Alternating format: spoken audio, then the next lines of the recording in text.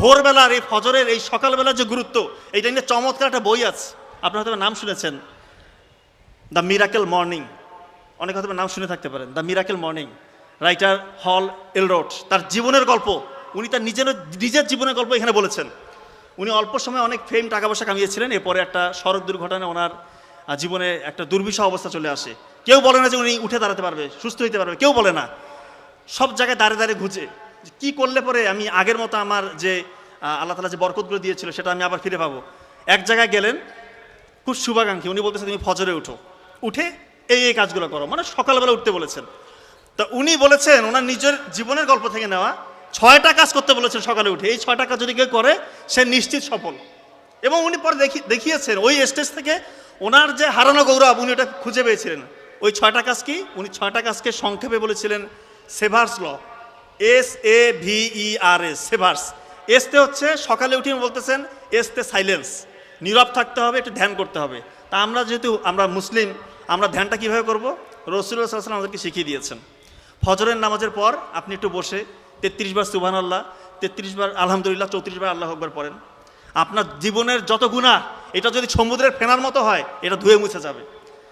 এবং এখন তো আমরা অনেকেই হজ করতে যেতে চাই, খুবই ভালো, যাদের সামর্থ্য আছে অবশ্যই করব।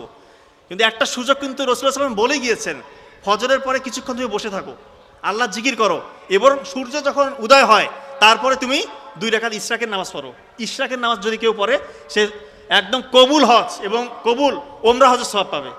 আমরা এই সুযোগটাকে হাতছাড়া করবো না। যে যে লেভেলে স্টুডেন্ট আছেন ফজরটাকে কাজে লাগান। তার মানে সাইলেন্স খুবই ইম্পর্টেন্ট। 2 number affirmative. উনি বলেছে অ্যাফার্মেটিভ মানে ইতিবাচক চিন্তা করতে হবে, আমি পারবো, এই চিন্তাটা করতে হবে। আমাদের ব্রেইনের একটা সেন্টার আছে, ওই সেন্টারে RAS, রেটিকুলার অ্যাক্টিভেটিং সিস্টেম চালু হয়ে যায় যখন আপনি কোনো কিছু নিয়ে পজিটিভ থিঙ্কিং করেন। ব্রেইন আপনাকে অর্গানাইজড হয়তো ওইভাবে পরিচালিত করে। আপনি যখন চিন্তা করবেন যে আমি এটা হব, ইনশাল্লাহ আপনি সেটাই হতে পারবেন। এটাই উনি বলেছে, অ্যাফার্মেটিভ, পজিটিভ চিন্তা করতে হবে, কখনো নেগেটিভকে জায়গা দিবেন না। নেগেটিভ থিঙ্কিং করবেন, আপনি কখনোই ভালো কিছু করতে পারবেন না। 3 নাম্বার ভিজুয়ালাইজেশন। উনি বলছেন আপনি যে স্বপ্ন দেখছেন, ধরেন আপনি হতে চান বিজ্ঞানী বা ডাক্তার, ইঞ্জিনিয়ার, BCS ক্যাডার বা আরও বড় কিছু উদ্ভাবক হতে চান, আপনি এখন থেকে ওইটার স্বপ্ন দেখেন, কল্পনার মধ্যে ওইটা নিয়ে চিন্তা করেন যে আপনি ওই কাজগুলো করতেছেন। আপনি কিন্তু এখন কিছু হন নাই, কিন্তু আপনার স্মৃতিতে ওইগুলো নিয়ে আপনি স্বপ্ন দেখতেছেন, ওই RAS চালু হয়ে যাবে, আপনাকে ইনশাল্লাহ ওই জায়গায় নিয়ে যাবে। চমৎকার সিস্টেম। SAVE, এটা হচ্ছে এক্সারসাইজ করতে হবে, অ্যারোবিক এক্সারসাইজ করবেন। অর্থাৎ যে এক্সারসাইজ করলে পরে আপনার শরীরে একটু ঘাম ছুটে, রক্তটা একটু টকবগে হয়, চলন্ত রক্তে কখনো রোগ জীবাণু বাধা পারতে পারে না। অনেকে আছে শুয়ে বসে দিন কাটে, এটা করবে না। ছেলে মেয়ে যে আছেন সকালবেলা উঠে আধা ঘন্টা একটু এক্সারসাইজ করবেন, একটু ঘাম ছুটাবেন, দেখবেন যে আপনার ব্রেনটাও চাঙ্গা হবে, আপনি সুস্থ থাকতে পারবেন। আর তো হচ্ছে রিডিং, পড়তে হবে। সকালবেলা উঠে এগুলো করলাম কিন্তু পড়লাম না, তা হলো না। পড়তে হবে, এবং পড়ার সিস্টেম আমরা জানি যে 80 ভাগ নতুন পড়া পড়বো, 20 ভাগ পুরানো পড়া পড়বো। 80 ভাগ নতুন, 20 ভাগ পুরনো, মানে রিভিশন আপনাকে দিতে হবে, না হলে ওই পড়াটা লং টার্ম মেমোরি সেন্টারে রিজার্ভ হবে না। সর্বশেষ এসতে হচ্ছে স্ক্রাইবিং।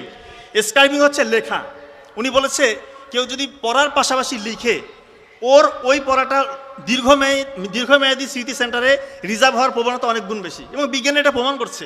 পড়ার সাথে সাথে লিখবেন, আপনার জীবন বদলে যাবে ইনশাল্লাহ। এক্ষেত্রে আমি একটা সত্যি ঘটনা বলি। ক্লাস 9 পর্যন্ত কিন্তু আমি ব্যাক বেঞ্চার ছিলাম। Back bencher. নাবিল ভাই বলতেছে যে ভাই তুই একটা কাজ কর, তুই যে প্রশ্নটা পড়তেছিস সেটা শুধু লেখ, আর কিছু করতে হবে না তোকে। ক্লাস 9 আমি গ্রামের স্কুলে ব্যাক বেঞ্চার। সেই জায়গা থেকে আলহামদুলিল্লাহ শুধু একটা জিনিস আমি ফলো করছি, যে প্রশ্নটা ইম্পর্টেন্ট প্রশ্নটা আছে সেটা আমি পড়ার পাশাপাশি লিখেছি, আর কোনো কিছু করি নাই আলহামদুলিল্লাহ। এরপর তো আপনারা সবাই জানেন ওই সময় গোল্ডেন A+, মেডিকেলের চান্স, BCS একবারে হওয়া, এগুলো আমি দুনিয়াবি সাফল্য মনে করি না, এবং আমার আত্মপ্রচারণা করছি না, শুধু একটা মেসেজ দেওয়ার চেষ্টা করছি।